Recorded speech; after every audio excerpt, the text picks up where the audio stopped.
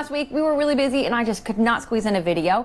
But congratulations to all the winners at the National Truck Driving Competition. We got to watch some of the footage on their Facebook page for that, and you can find them where? ATA, or American Trucking Association. That's right. They have some really good videos on there where they're actually following drivers around through the course, and you can actually get a feel of what it's like to actually be at the Nationals. Do the competition. Yeah. It's pretty fun. So congratulations to all you drivers. And I'll link that on our Facebook page. I'll share their page. That way, if you guys follow us there, then you can check that out.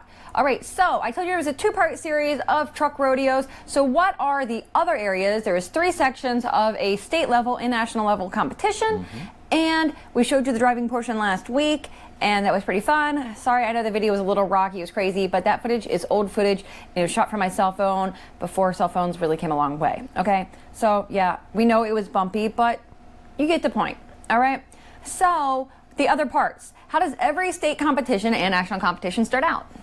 The written test, which is based on a book that is called Facts for Drivers, 1,200 pages. I don't remember exactly. Ridiculously huge. It goes over the history of trucking, how the national highway system got started. When pneumatic tires were put in, like ridiculous, crazy information. Everything you can Laws think were of. signed into Congress for trucking and transportation and hazmat information. First aid. I mean, oversized load information. Everything. And you got to know everything, because what they do is then they pull 40 questions out of that book and they put it on the exam. So you have to know your stuff.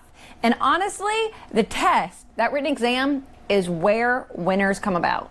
Like, that back room is what they call it. The back room is what makes #1 drivers, okay? Because a lot of drivers are good at driving, but they don't know their book. So make sure you study that book up. It's a big test. So that's that part. You have a written exam and you have like an hour to take the exam, and they're really strict, like no cell phones, like they watch you like hawks. It's pretty intimidating, actually. So that's a written exam, and then you go do your driving portion or your pre-trip inspection. So pre-trip inspection, what does that look like? So they intentionally make 10 things wrong with your truck, and you have to find them in a allotted amount of time. And depending on your class, depends on how much time you have, okay?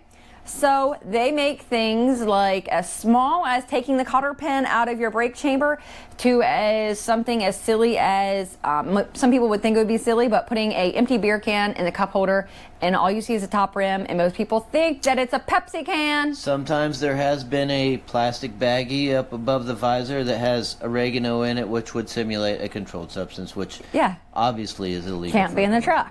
So they might just flip the fire extinguisher around so you can't read the gauge, all kinds of things. They might put make a Vadic fire extinguisher in it that's not charged. Not charged. They might take a grommet out of one of the airlines, you know. And some of them are simulated, so some of them might be a piece of clear tape on the windshield with a black squiggly line on it, and that simulates a cracked windshield. So you have to search the truck high and low and find these 10 things, and you never know what they're going to be, where they're going to be. So you really have to know your truck once again, so that way you can find these things wrong. So that's the other 2 things. So you have the written exam, the driving part, and the pre-trip inspection. They take all those scores, they add it all up, and then get your average score, and that's how you win. At the national level, they take the top 5? Top 3 from each class. Oh, sorry, top 3. Duh, that makes sense. Top 3 from each class, and then you do the drive-in portion again. You do an entire different course again. So that's the trucking rodeos. That's what that really sounds like. I know most of you haven't even heard of it. If you've ever competed before, leave a comment below. Let us know what state and what class you competed in. It's always fun to know. So we will post a survey, and we would love to know that information. So, and it's not only just for truck drivers as well. There's a mechanics. Some states mechanics. The nationals do have mechanics that there may be something wrong, and they have to diagnose the issues. Also, the state police are involved in it. The Department of Transportation. It's pretty fun. pretty big. It just helps you be better in your career and just be a little bit more well-rounded. So hopefully that was insightful. Hopefully that's encouraging. And if you have the opportunity to compete in a truck rodeo, we definitely want to encourage you to do that. Hopefully next year we will be able to compete because life just so busy and we were on the road and we were paying off our house. We just decided not to compete, and that's why we haven't been competing. So we would both like to try to compete this coming year, and we're going to see if we can make that happen. All right, guys. So see you next time. Be safe and stay tuned for the adventures. Bye. Bye.